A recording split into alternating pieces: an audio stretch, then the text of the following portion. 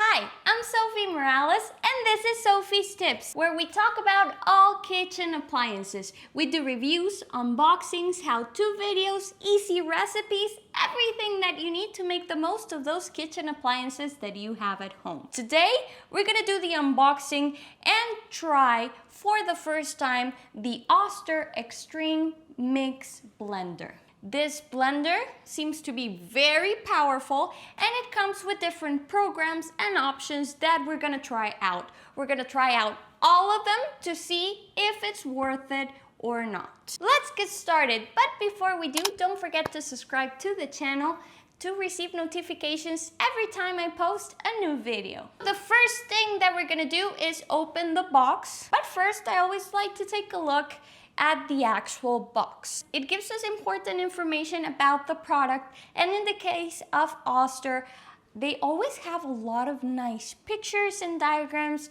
that kind of gives us an overview of what the kitchen appliance can give us. In this case, we have a picture of the actual blender, and it tells us right here, we have the control panel where it tells us that it has 3 different presets or programs, including Smoothies, Milkshake, and Salsa, and it has a pulse function, a reverse function, and 3 different speed levels. For a blender, I think it's very complete. And here we have a picture of the blades, which is actually a big thing that they're selling with this product. They're telling us that this is the differentiation of this product, patented blades with titanium coating. They're supposed to be very powerful. Let's see if that's true. We're gonna open the box to see what's inside. After opening the box, I can tell you that this is everything that comes in the box. It comes with its documents,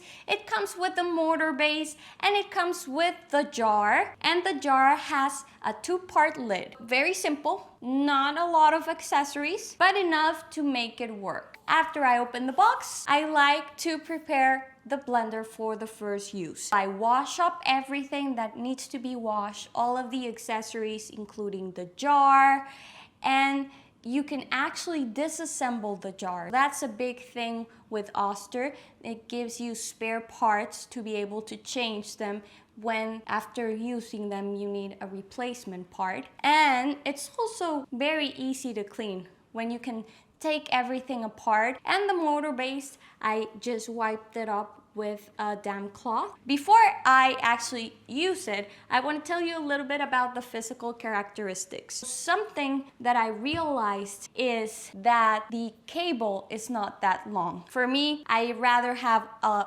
longer cable, especially because when I show you videos and I prepare recipes, I do it right here and I have to connect it all the way to the side of the table. The actual motor base is very elegant. I like the different colors. So it has a copper finish right in the lettering and in the actual control panel, so that I like a lot. It has a safety function, so it won't turn on when you click the buttons unless you click the on and off button. When you click it, it lights up and then you can actually use the functions. And it's that easy, very simple to use. I like that as well. And to turn it off, you just click it again and it's off. And regarding the jar is made out of a plastic called Tritan, which is BPA free, it is non-scratch, and it is dishwasher safe, and it has a capacity of 2 liters or 8 cups, and the actual blade. This is what it looks like. It does look very different from other blades, especially from other Oster blades. It has 2 different colors. Part of it is gold, part of it is silver, and part of it seems very sharp, and another part does not seem very sharp, but it has a weird shape. So I can tell you that maybe that weird shape will help us kind of push around the things and have a higher speed and kind of move air around to be able to crush everything. And the last thing that I want to highlight from the physical characteristics is the lid. The lid is made out of a very simple plastic. I want to say it looks like a recycled plastic, very cheaply made. It doesn't have any lock or anything, so considering that it is 1,500 watts or 2 HPs, I think it has to have a little bit more than just pushing in the lid to be able to just turn it on and that's it. Now, let's do some testing. I wanted to start with something really simple with the milkshake function.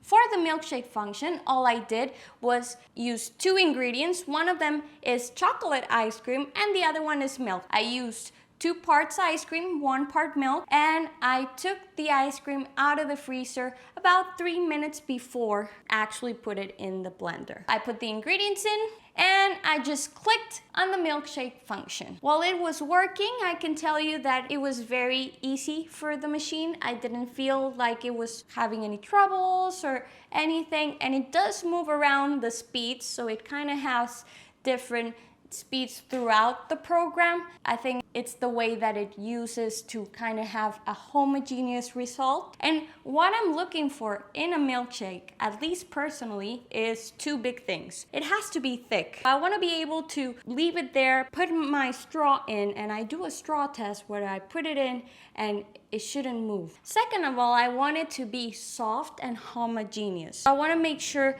that I don't taste the difference between the ice cream and the milk. I wanted to have just one drink. After I was done, I just served it, and I can tell you the results were really good. It had the consistency, it passed the straw test. For me, the milkshake function has a 10. Next, I went with the second function, a salsa. For the salsa, I wanted to use raw ingredients. This is because I really wanted to put it to a test to see if it was able to chop it and to have a real nice salsa consistency. What I did was salsa verde, or a green salsa raw. So what I used was a pound of tomatillos, some onion, garlic, serrano chile, a little bit of salt, and I put everything in the blender. I clicked on the program that says salsa and it just went. I can tell you that this program does act different from the previous program. It kind of moves in different rhythms. Instead of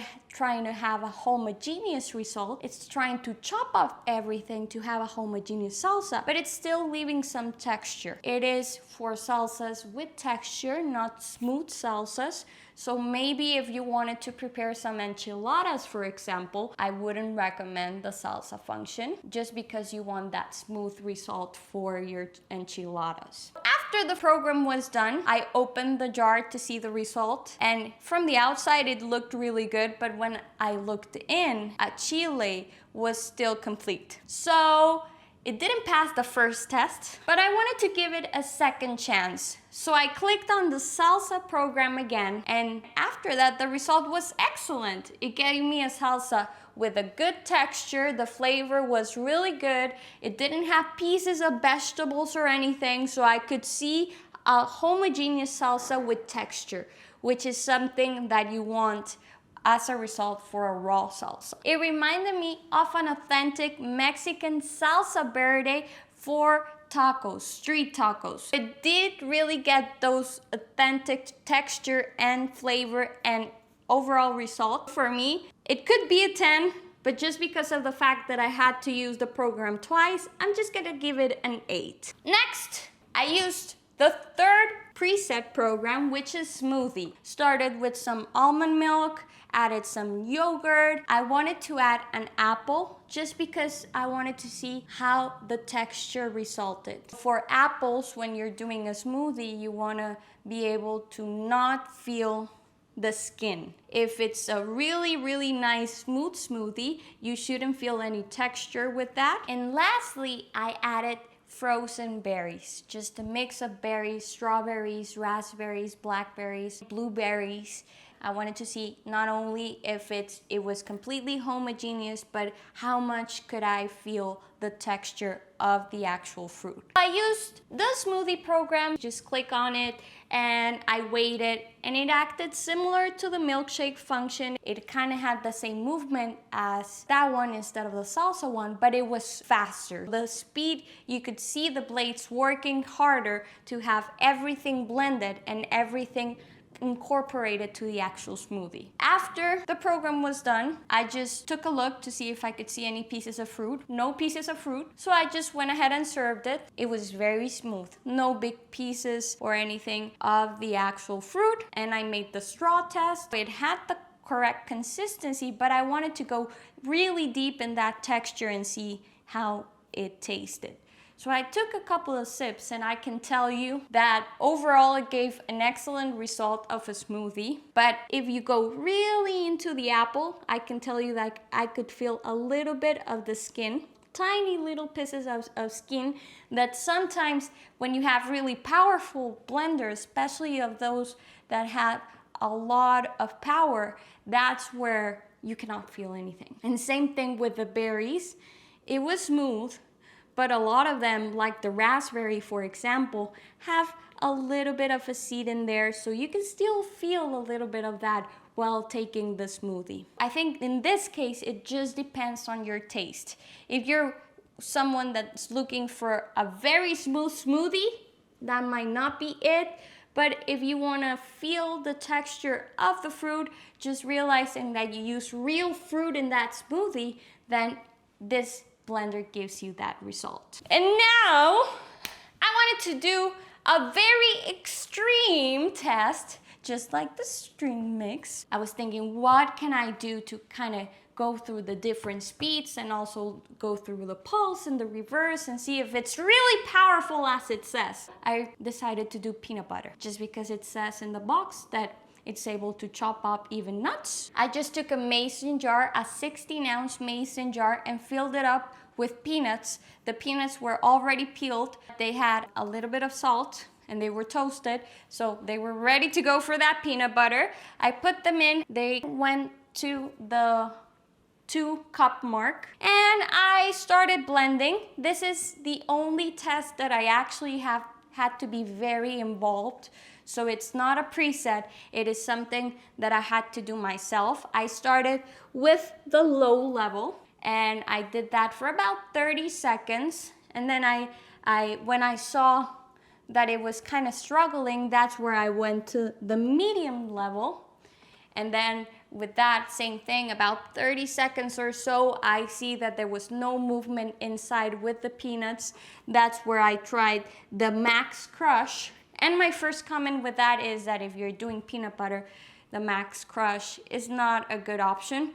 What happened was that all of the peanuts kind of stuck to the sides of the blender and it was not actually moving. That's when I decided to stop.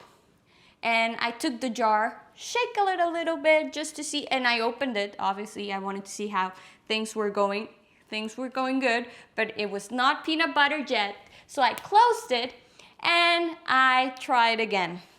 And I did the same thing. Started with a lower level. And then this is where the fun part started. I used the reverse function.